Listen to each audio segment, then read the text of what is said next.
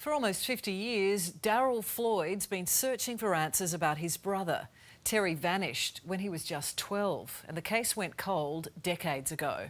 Darryl's last hope may lie in a mine shaft near where Terry was last seen.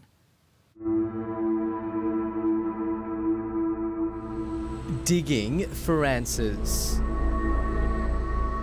18 metres below ground. We're finding too many things here that are consistent with what Terry was wearing at the time. A final push for justice, almost 5 decades in the making. We believe some 18 months ago we got that phone call about that one piece of the puzzle, and we're hopeful that this is going in the right direction now and basically we can get a result from this. For 47 agonising years, Darryl Floyd has been trying to find his older brother Terry. The mystery of 12-year-old Terry Floyd has baffled police. A winter's afternoon in June 1975, 12-year-old Terry vanishes in broad daylight. He leaves a friend's place in the gold mining town of Avoca, 2 hours from Melbourne. Multiple witnesses see him next to a light-coloured car, described as a ute, station wagon or panel van. Convicted pedophile Raymond Jones was on bail at the time over the indecent assault of a young boy in a toilet block. He owned a fawn-coloured van and, by his own admission, was on the same road at the same time. I'm just hoping you can give us a bit of information about the disappearance of Terry Floyd. A Current Affair caught up with Raymond Jones in 2016. Are you able to tell us if you were driving on that morning? Were you driving?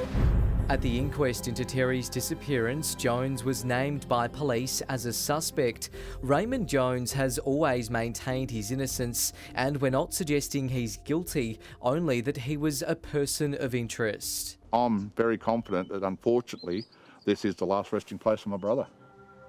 The 50-metre deep mine shaft is near where Terry was last seen. Each day, search crews descend deep into the pit, navigating a labyrinth of tunnels. We've recorded our days, day 5 and 6. We've put out this chunk of soil backfill, our air supply, water and... They're looking for a needle in a haystack.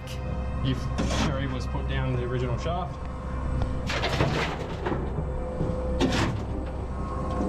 he'd be close to the shaft. Just shovel into a kibble bucket, wheel this over to the winch, and then we pull it up from there.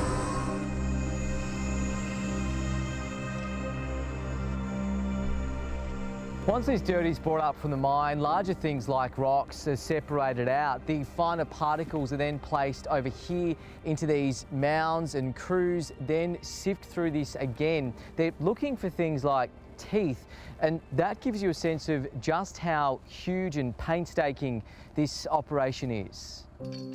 After spending hundreds of thousands of dollars of his own money, Darryl recently received a government grant to finish digging. It's been 3 years since they were last here. The last known products that we removed from this mine shaft to give us a date or time were margarine containers, giving us a use-by date of 1980 and 81. There's a local gentleman who ran the abattoirs. He also would then come out here and dump the remains down here, and they stopped doing that in 1980. So to find those cow skulls takes us back to the 1980s, so we're about 5 years away from the time frame that Terry went missing. That there is a toe off a cow. Right. So when we talk abattoir bones, not butcher shop, that's relevant, because that means it comes from the abattoirs. A glimmer of hope in 2016 when this silver chain was found matching the necklace Terry was wearing. Then a leather shoe believed to be a kid's size 6. It's now being tested at a private forensic lab in Sydney. If it comes back and states that the leather's 50 years plus old, well then that shoe was around at the time my brother went missing.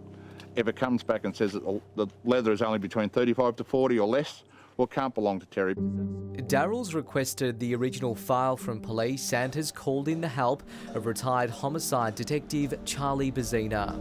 Well, I hope to, if I get the file, to review it, do a package, give it back to Cold Case because of their resource issues, and say, these are the avenues that I've uncovered, these are the strong suspects that we've got.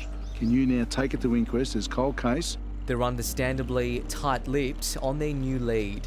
I've gone through it with Daryl as best we can without having a complete file, and it's so compelling that it really excites me. A $1 million reward is in place to help solve Terry's disappearance, as his family hopes they'll soon be able to properly say goodbye. Unfortunately, Terry's not here with us anymore, so he does not have a voice. So you've got to be a voice for him. Well, Victoria Police told us the case remains open and they're always prepared to act on new information and commit resources where appropriate.